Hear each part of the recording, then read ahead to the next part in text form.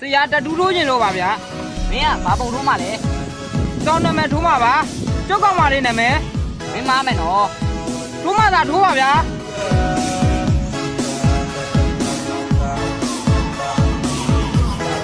ဝဒီငါမင်းကိုပြောသေးရရှိရယ်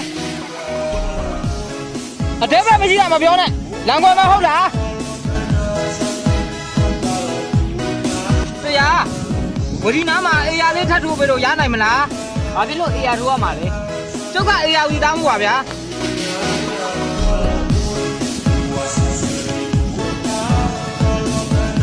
အေးရဝီသားကဘယ်တော့မှအချုံမပေးဘူး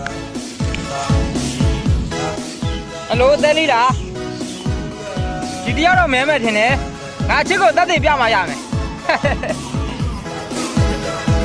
တို့တက်တူးစရာရေဒီတကတော့မဲမဲ့ထင်တယ်ဗျရမင်းလေးထိုးပေးပါလားမင်းမမသေးဘူးလားဒီတကားမဲပါရွာ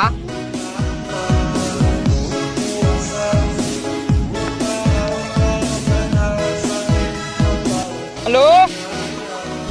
ဘာပြောရလဲဒီမသားမားတွေကတော့ပြတ်သွားပြန်ပြီဒီတကောက်တတူးဆိုင်သွားရင်ထပ်ပြီးအချက်ခွဲဦးမှာပဲတတူးစရာရေ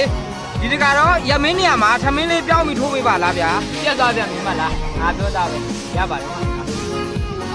ကဲရပြီအေးရဝတီထမင်းငါလုံးမဟာကွာစော်ရင်းလေးရောက်ထားပြီးပါတယ်အခုတော့အေးရဝတီထမင်းရဲ့အဖတ်တင်နေတယ်ကွာ